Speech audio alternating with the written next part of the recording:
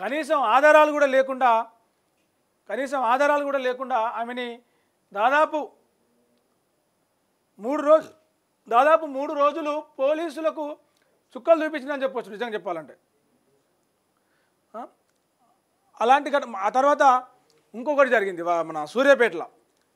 తక్కువ కులం అబ్బాయి వేరే కులం ఎక్కువ కులం అమ్మాయిని పెళ్లి చేసుకుని చెప్పేసి వాళ్ళ అన్నలు వాళ్ళ కుటుంబ సభ్యులు అందరూ కలిసి వాళ్ళందరూ కూడా ఫ్రెండ్సే ఆ అబ్బాయిని చాలా దారుణంగా కిరాతకంగా కొట్టి చంపారు.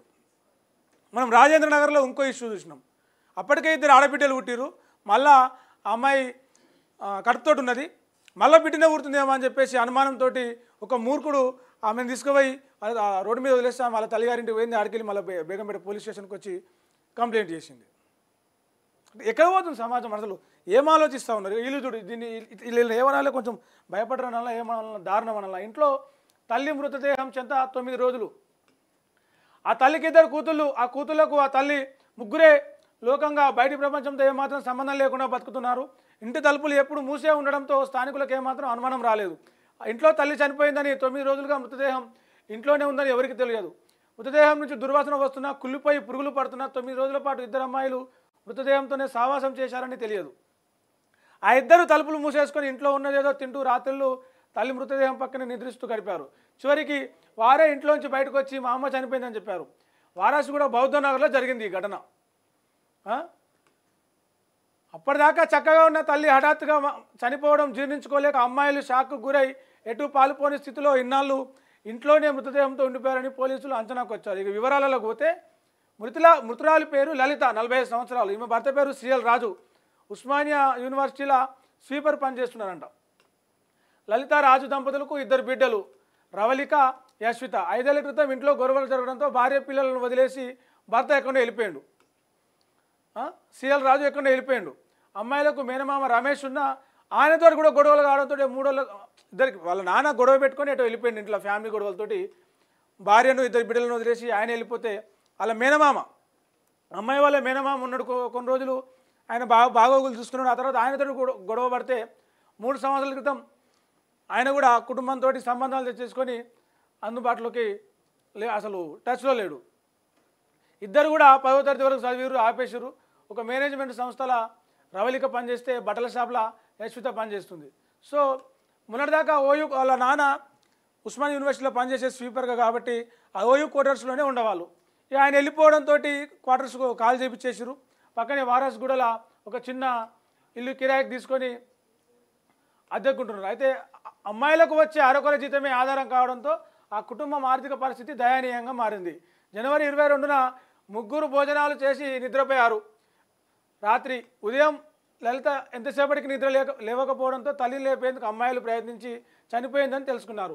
తల్లి లేని జీవితం ఎందుకనే విరక్తితో రవళిక, యశ్విత ఆత్మహత్య చేసుకోవాలనుకున్నారు. కత్తితో మణికట్టు గొంతు కోసుకున్నారు. రక్తం బాగా పోవడంతో స్పృహ కోల్పోయినట్టుగా చెప్తున్నారు. 3 రోజుల తర్వాత స్పృహలోకి వచ్చినా కూడా డిప్రెషన్తో ఇంటి తలుపులు తెరవకుండా లోపలే ఉండిపోయారు. 9 రోజులు అవుతుంది. సరే, ఇది ఇట్లా ఉంటే స్థానిక ఎమ్మెల్యేకు విషయం చెప్పారు.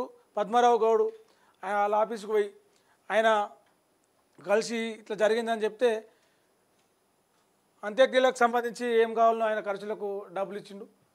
పోలీసులు వచ్చి ఆ క్లూస్ టీమ్ చేసి ఆ డెడ్ బాడీ ఏమైతే ఉందో వాళ్ళ తల్లి మృతదేహాన్ని పోస్ట్ మార్టం కోసం పంపించారు.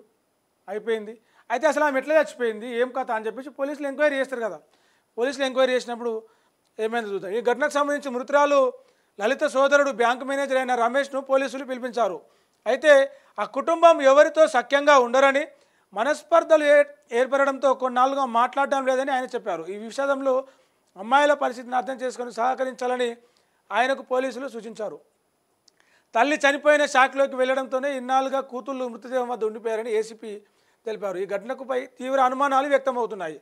డాగ్ స్వాట్స్ కూతుళ్ళు రవళిక, యశ్విత వద్దకు వెళ్ళి ఆగిపోయాయి. పోస్టుమార్టం నివేదిక వచ్చాకే ఘటనపై స్పష్టత వస్తుందని పోలీసులు తెలిపారు. ఏమనుకోవచ్చు అంటే ఇద్దరు కూతుళ్ళు, వాళ్ళిద్దరు భార్యాభర్తలు, వాళ్ళ నాన్న ఉస్మానియా ఓయూలా స్వీపర్గా పనిచేస్తారంట. స్వీపర్గా పనిచేస్తున్నారు కాబట్టి క్వార్టర్స్ ఇచ్చారు. మంచిగా కిరాయి కట్టేది లేదు. మంచిగా కొన్నాళ్ళు ఉన్నారు. ఫ్యామిలీలో రొల్లులు అయినాయి. పిల్లలను వదిలిపెట్టి ఆయన ఎక్కడ పోయిండో జాడలేదు, పత్తలేదు. సో వీళ్ళు ముగ్గురే ఉన్న పనో వచ్చిన పనో తెలిసిన పనో రాని పనో ఏదో చేసి బతుకుతున్నారు. వచ్చిన దాంతో ఆ డబ్బులు సరిపోతలేవు, ఆర్థిక సమస్యలు ఉన్నాయి, ఇంట్లోనే ఉన్నప్పుడు తింటున్నారు, లేనప్పుడు అట్లా ఊకుంటున్నారు. ఈ క్రమంలో వాళ్ళ నాయన వదిలిపెట్టిపోయాక కొన్ని రోజులు ఎవరైతే చచ్చిపోయిన మృతురాలు ఉందో వాళ్ళ అన్న కొన్ని రోజులు వాళ్ళకి సపోర్ట్ చేసిండు. ఆయనతో కూడా గొడవలు కావడంతో 3 ఏళ్ళకెళ్ళి ఆయన కూడా పెద్దగా పట్టించుకుంటలేడు. సరే వీళ్ళు ముగ్గురే ఉంటున్నారు, ఏం జరిగింది, ఇంట్లో ఏమైంది, ఆమె ఎట్లా చచ్చిపోయింది అనేది ఇప్పటివరకు ఏదైతే తెలియలేదు. అసలు వార్త బయటకు వచ్చిందే నిన్న. సో పోలీసులు ఎంక్వైరీ చేస్తున్నారు. అయితే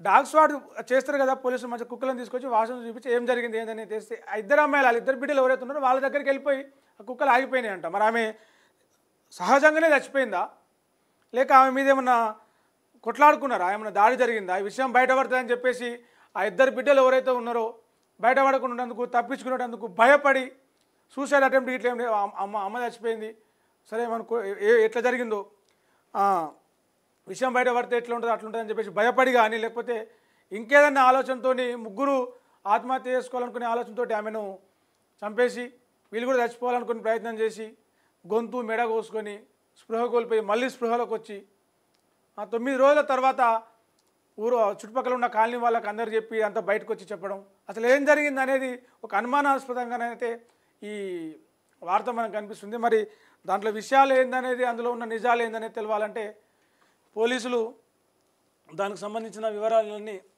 ఎంక్వైరీ చేసి బయట పెడితేనే తెలుస్తుంది.